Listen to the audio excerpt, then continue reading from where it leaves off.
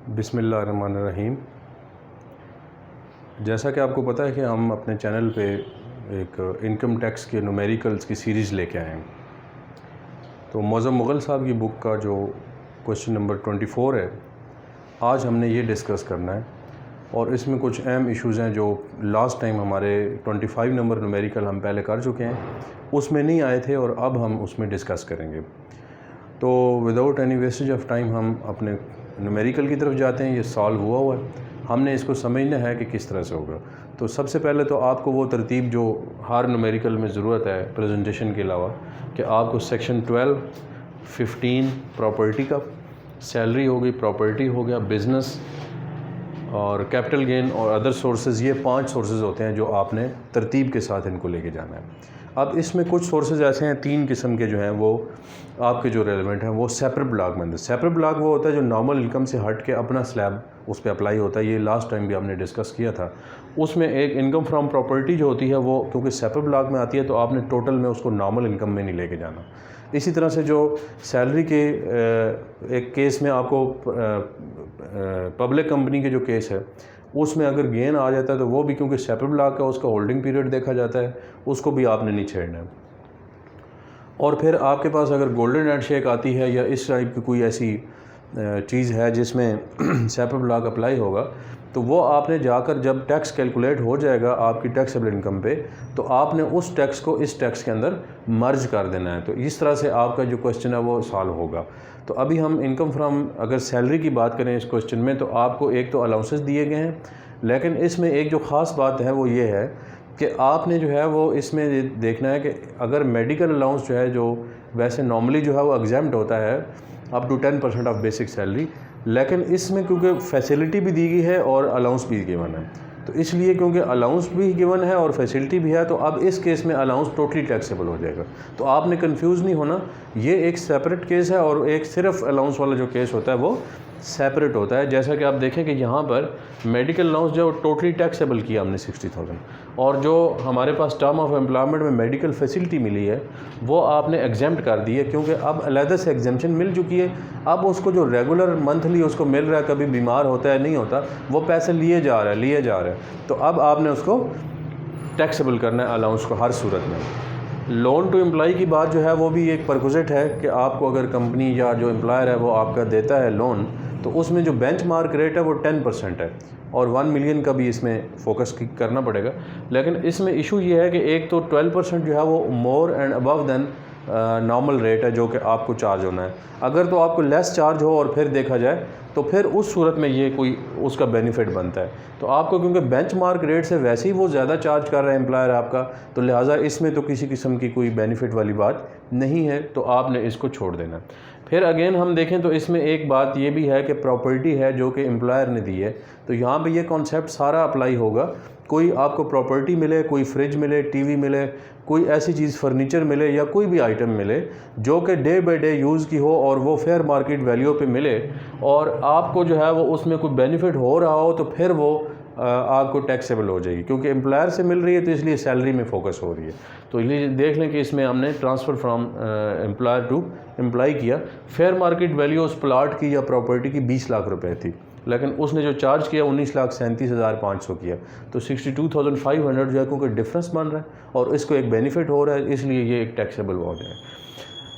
फिर उसने एक और हमें पॉइंट दिया था, 2 कार्स अवेलेबल हैं, तो 2 कार्स जो हैं वो दिए, लेकिन एक टोटली उसने कहा जी ऑफिस यूज़ में होती है और एक जो होती है वो पर्सनल यूज़ में होती है। तो आपको पता है कि जो ऑफिस यूज़ है उसमें कन्वेंस जो है वो हम एग्जाम्प्ट कर देते हैं, और जो पर्सनल यूज़ होगा जो उसने अब ज़ाती इस्तेमाल के लिए लिया है उसको हम फिर 10% ऑफ बेसिक सैलरी करते हैं, कास्ट ऑफ द व्हीकल करते हैं। और अगर कास्ट ना दी गई हो, गाड़ी अगर लीज़ पे ली गई है, तो फिर फेयर मार्केट वैल्यू मिलेगी कि गाड़ी की जो मार्केट वैल्यू है उसके मुताबिक आपने इसको लेके जाना है। इसी तरह से अगर दोनों पर्पज़ इकट्ठे एक ही गाड़ी पर आ जाएं तो फिर 5% हो जाएगा, ये भी हमने डिस्कस किया। तो इसलिए जो पर्सनल कार है, पर्सनल यूज़ वाली कार है, वो हमारे पास 7,50,000 का 10% हमने ऐड कर दिया।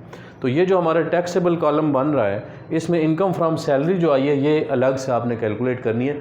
इसकी रीज़न ये है कि ये फुल टाइम टीचर एक आदमी है, तो अब फुल टाइम टीचर के लिए जो सैलरी इनकम होती है उस पर जो टैक्स बनेगा उसका 25% आपने फिर इसको कंसेशन देनी है। और अलावा इसके इसने एक सिटीज़न का भी जिक्र किया है कि ये मोर देन 60 ईयर जो है वो इसकी एज है और सीनियर सिटीज़न है। तो सीनियर सिटीज़न की जो रिलैक्सेशन ऑफ टैक्स है 50% होती थी, लेकिन अब ख़त्म हो गई है, अब आपने नहीं देनी है, ठीक है। सीनियर सिटीज़न का कोई किसी किस्म का अब रिलीफ इस सेशन में नहीं होगा। प्रॉपर्टी इनकम को हम डिस्कस कर चुके हैं कि ये एक उसको अनएडजस्टेड एडवांस और जो रेंट मिला है वो आपने सेपरेट ब्लॉक में लेके जाना है। इनकम फ्रॉम बिज़नेस का ये है कि अगर तो सेम बिज़नेस या सेम नेचर से आपको प्रॉफिट भी हुआ है और लॉस भी हुआ है उस ईयर में या उससे पिछले ईयर में, जो कि कैरी फॉरवर्ड होता है 6 साल तक, आपको अगर उसी सिलसिले में कोई इनकम से लॉस ना हो रहा हो, लॉस हो रहा और इनकम ना हो रही हो, तो फिर उस सोर्स का जो लॉस होता है वो कैरी फॉरवर्ड होता रहता है। ये एक अलग टॉपिक है, खैर हम उसमें डिस्कस करेंगे कि carry forward and set of losses जो है वो किस तरह से हम करते हैं। तो क्योंकि सेम नेचर का वो लॉस था पिछले साल हुआ और इस साल आपको टेक्सटाइल बिजनेस जो है उसमें आपको 45,000 का प्रॉफिट हो चुका है। अब आपने जो है वो इसमें से डिफरेंस जो लेना है वो 10,000 का नेट प्रॉफिट लेना है। फिर कैपिटल गेन में हमने सेपरेट ब्लॉक वाला छोड़ के जो प्राइवेट कंपनी होती है इसमें ये विद इन 12 मंथ और आफ्टर 12 मंथ वाला आपने देखना है कि अगर गेन आपने प्राइवेट कंपनी की होल्डिंग पर लिया है तो उस सूरत में आपको 100% जो है वो आपको जो गेन है वो टैक्सेबल है। और अगर वो आफ्टर 12 मंथ है, आपने होल्ड किया, 12 महीने के बाद आपने उसको बेचा और फिर आपको जो गेन होगा उसका 75% टैक्सेबल होगा इस अमाउंट का, जो कि अभी हमने फ़िलहाल 100% की है क्योंकि ये आ गया। एक बहुत इंपॉर्टेंट बात जो कैपिटल गेन के बारे में हमने बतानी है कि कैपिटल गेन और कैपिटल लॉस अगर हो रहा हो, यानी कि 2 कंपनी की शेयर्स हैं और आपको मिले हैं, तो उसमें से जो लॉस है वो आप माइनस कर सकते हैं, लेकिन जो कैपिटल लॉस है वो बाकी प्राइवेट होल्डिंग्स पर नहीं होता। अगर आपको ज्वेलरी पर, ऑर्नामेंट्स पर या किसी किस्म की एंटीक्स पर हो तो सेक्शन 38 जो सब सेक्शन 5 है वो हमें ये कहता है कि आपने कैपिटल लॉस उसमें एडजस्ट नहीं करना। शेयर्स की फॉर्म में आप अपना कैपिटल लॉस जो है वो एडजस्ट कर सकते हैं अगर आपको गेन और लॉस दोनों हो रहे हो। अगर अकेला कैपिटल लॉस ऑन कैपिटल इस पर हो रहा हो प्राइवेट कंपनी पर, तो वो कैरी फॉरवर्ड हो जाएगा, वो यहाँ किसी और में एडजस्ट नहीं हो सकता, ये ज़हन में रखना, फिर उसका नो इफेक्ट हो जाएगा। इसके बाद फिर अदर सोर्सेज जो हैं वो चीज़ें हैं जो बाकी सोर्सेज में नहीं आती हैं। कोई स्कॉलरशिप लग जाए, कोई गिफ्ट मिल जाए, कोई आपको इस किस्म की चीज़ मिले जो कि रेगुलर बेसिस पर आपने नहीं लेनी, बल्कि वो एक आपको एक्स्ट्रा मिल गई है या आपको कोई पैसे भेज देता है, रेमिटेंसेज आ गए, तो उस सूरत में ये सारी अदर सोर्सेज में आती हैं। लिहाजा ये बहुत अहम सेक्शन है। अगर किसी किस्म का सबूत आप ना दे सकें, प्रूव ना दे सकें, जैसे गिफ्ट मिला आप प्रूव नहीं दे सके, तो वो भी आपको अदर सोर्सेज में लेके आएंगे। इसका 111 सेक्शन भी है जो इनकम टैक्स का, वो अनएक्सप्लेन इनकम के बारे में है कि अगर कोई ऐसी इनकम या कोई ऐसा गिफ्ट जो कि आप ना एक्सप्लेन कर सकें कि आपको कहाँ से मिला, आप उसके सबूत ना दे सकें, उसका प्रूफ ना दे सकें, तो वो फिर आपको अदर सोर्सेज में डाल के वो टैक्स लगा देते हैं। तो ये आपके पास यहाँ पे पर्सनल कार का है, तो पर्सनल कार क्योंकि एक रेगुलर यूज़ के लिए होती है, कोई कैपिटल पार्क नहीं कर रहा, कैपिटल एसेट की डेफिनेशन में पर्सनल कार नहीं आती है, ये जहन में रखना है। तो इस वजह से ये इसके ऊपर जो गेन वगैरह या प्रॉफिट होगा वो आपका कोई इफेक्ट नहीं होगा, इसका कोई इफेक्ट नहीं होना।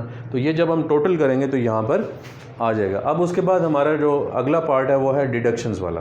तो डिडक्शंस भी 4 टाइप की होती हैं। जो जिस बुक से हम ये कर रहे हैं उसमें जो पेज नंबर है वो हमारा 90 है या 91 है, उसके मुताबिक हमारा ये मामला जो है वो उसमें सारा डिस्कस किया गया कि सेक्शन 60 जो है लास्ट में न्यूमेरिकल में हमने बताया था कि 4 टाइप के जो है वो डिडक्शंस होती हैं, इसमें 2 दी गई हैं। एक तो क्लास 61 वाले स्पेसिफाइड आपको इदारे हैं, कुछ स्केड्यूल नंबर उसका 2 है, और ये जो है वो आपको बताया गया कि इतने इदारे हैं उनको आपने देना है। उसमें शौकत खानम काफ़ी मशहूर है, इस तरह से 1-2 और भी हैं जो आते हैं, फातमीद फाउंडेशन हो गया या इस टाइप के। एजुकेशनल फ़ी जो है उसके ऊपर 3 कंडीशंस होती हैं जो आपने डिडक्शन में देखनी होती हैं। एक आपने 5% ऑफ फ़ी देनी है, 25% टैक्सेबल इनकम जो आपकी आई है उसका देखना है, और फिर 3 मल्टीप्लाई बाय 60,000 पर चाइल्ड जो है वो आपने देखना है। तो ये इसमें से विच एवरेज लेस आपने फिर करना है, जो आपको होगा वो डिडक्शन जो है वो फिर लेस जो होगी, जैसा कि आप देख सकते हैं कि इसमें 2500 जो मैंने बॉक्स की है वो आई है। तो इन दोनों को फिर मिलाकर आपका ये जो है वो बनेगा और डिडक्शन करके आपकी एक्चुअल टैक्सेबल इनकम आ जाएगी। अब लास्ट टाइम जो हमने क्वेश्चन किया था 25 नंबर, उसमें एक्चुअल टैक्सेबल इनकम के बाद ही हम चले गए थे टैक्स के ऊपर। इसमें AOP वाला पॉइंट भी फालतू आ गया। तो आपने जब किसी पार्टनरशिप से कोई हिस्सा ले रहे हैं तो उसकी क्योंकि टैक्सेशन वहाँ हो चुकी है, लेकिन रेट पर्पज़ के लिए जो सेक्शन 88 है हमें इस बारे में गाइड करता है कि आपने इसमें टोटल करना है, और वो टोटल करके आपका रेट पर्पज़ बनेगा। यानी कि एक दफ़ा स्लैब ऑफ टैक्स आपकी बढ़ जाएगी जमा करने से, और फिर दोबारा आप इसको माइनस भी करेंगे और उसको एडजस्ट करेंगे, जो कि ये AOP की एडजस्टमेंट हमने की है। जो टैक्स आपका आया था वो रेट पर्पज़ वाला, वो आपके पास आया 57,110। ये कैसे है, ये हमने स्लैब लगाई है जो नॉर्मल स्लैब है, सैलरी की स्लैब है जो 6 लाख तक एग्जाम्प्ट है, 12 लाख तक 30,000 है, और उसके ऊपर जो टैक्स है उसके ऊपर हमने 10% किया है। और फिर वो वाला टैक्स हमने रिड्यूस कर दिया 53,810 रुपये पर। वो कैसे रिड्यूस किया, क्योंकि जो रेट पर्पज़ है हमारी इनकम वो आई है और मल्टीप्लाई है एक्चुअल टैक्सेबल इनकम ये, क्योंकि जो आपके पास एक ऐड करने से पहले एओपी से और एक ऐड करने के बाद जो इनकम आई है, ये दो इनकम्स होती हैं, एक होती है एक्चुअल इनकम और एक होती है taxable income for rate purpose. तो इस तरह से taxable income for rate purpose ये वाली है, और ये वाली जो है 13,86,100 आपकी जो है वो रेट पर्पज़ से पहले वाली इनकम है, जो 85,000 से पहले आई थी, जिसको हम एक्चुअल टैक्सेबल इनकम कहते हैं। तो ये फार्मूला जो है वो यहाँ पे यूज़ करके हमने अपने जो टैक्स है उसको कर्टेल किया है, क्योंकि हम असल में जो एओपी है बतौर एओपी टैक्स ऑलरेडी दे चुके हैं। इस वजह से हमने इसको रिड्यूस किया, वो 57,000 से 53,000 पे आ चुका है। उसके बाद फुल टाइम टीचर जो है उसको हमने इस टैक्स पर रिलीफ नहीं देना। ये जहन में रखना है कि एक पॉइंट बहुत इंपॉर्टेंट है कि जो फुल टाइम टीचर है, ये रिसर्चर है, वो उस वक्त ही अलाउ होगा जब सैलरीड पर्सन होगा।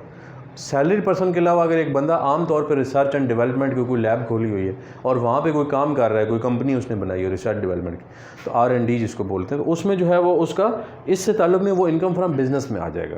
यहाँ पे उस बंदे को जो सैलरीड पर्सन है उसी को ये रिसर्चर और फुल टाइम टीचर का जो है वो बेनिफिट देना है, कंसेशन देनी है। तो ये आपने याद रखना है कि जो 14,57,500 हमारी सैलरी इनकम है, इस पर वही 12 लाख वाली स्लैब लग रही है, लेकिन वो अलहदा से आपने लगानी है। और फिर जो टैक्स बनेगा 12 लाख और फिर उसके ऊपर वाला 10% करके ये बनेगा 55,750 जो सैलरी का टैक्स है, और उसके ऊपर 25% आपने फिर इसको कंसेशन देनी है, और फिर माइनस करके आपका नेट अमाउंट आ जाएगा। उसके बाद फिर रिलीफ की बात है, तो इसमें 4 किस्म के मैंने आपको बताया थे रिलीफ हैं। 4 सेक्शन है, सेक्शन 61, 62, 63 और 64। और 62 के अंदर फिर 2 टाइप के हैं, उसमें डोनेशंस भी हैं, उसमें हेल्थ इंश्योरेंस है और एक लाइफ इंश्योरेंस प्रीमियम भी है। और डोनेशंस तो 61 सेक्शन है। जो डोनेशंस यहाँ पे कवर नहीं होंगे उनकी जनरल क्लास जो है वो सेक्शन 61 है, जिसमें एजुकेशनल इंस्टीट्यूट को आप दें, कोई भी अप्रूव्ड इदारा है जिसको आपने डोनेशन दे दिया जो कि क्लास 61 में कवर नहीं है, जैसे कि यहाँ पे मैंने बताया स्पेसिफाइड है यहाँ पे, तो वो आपने डिडक्शन नहीं करनी, फिर आपने रिलीफ में लेके जाना है। तो अब इसमें तो 2 पॉइंट दिए हुए हैं, एक कंट्रीब्यूशन टू पेंशन फंड है और एक आपका डोनेशन वाला है। तो इन दोनों को ऐड करके 85,000 बनेगा, और 85,000 जब बना तो इसमें जो एओपी का केस होगा, ये एक इम्पॉर्टेंट बात है, जो लास्ट हमने लेक्चर किया था उसमें क्योंकि एओपी का केस नहीं था, तो आपने जो आखिरी वाला टैक्स, फर्स्ट वाला टैक्स था, वही आपका लास्ट टैक्स था। ठीक है, एक्चुअल के ऊपर ही टैक्स आया था और एक्चुअल टैक्सेबल इनकम की। लेकिन जब आपका केस बन जाएगा ना एओपी वाला, तो एक ही प्रैक्टिस रखें, एक सिमेट्री करने के लिए हमने ये कहा कि वो आप जो पहला टैक्स है उसको उठाएं और इधर से लास्ट जो फर्स्ट इनकम आई है उसको उठा दें। तो इस तरह से जो रेट पर्पज़ यानी कि इनकम उठाएं, और रेट पर्पज़ के बाद जो रेट आया है, जो टैक्स आया है, उसको आप आपस में लें। अब रिलीफ यहाँ पे भी लेना है, वो आपने इसी को यूज़ करना है। आप देखें यहाँ पे भी हमने वही किया, यहाँ पर भी वही किया, ठीक है, उसमें कोई चेंज नहीं है। और फिर इसका जो 33,000 हमारे पास आया, तो ये हमारा 36,572 है। फिर जो सेपरेट ब्लॉक हमने छोड़े थे, प्रॉपर्टी का छोड़ा था, उसके अलावा हमने gain on public limited company का छोड़ा था, वो दोनों ऐड किए।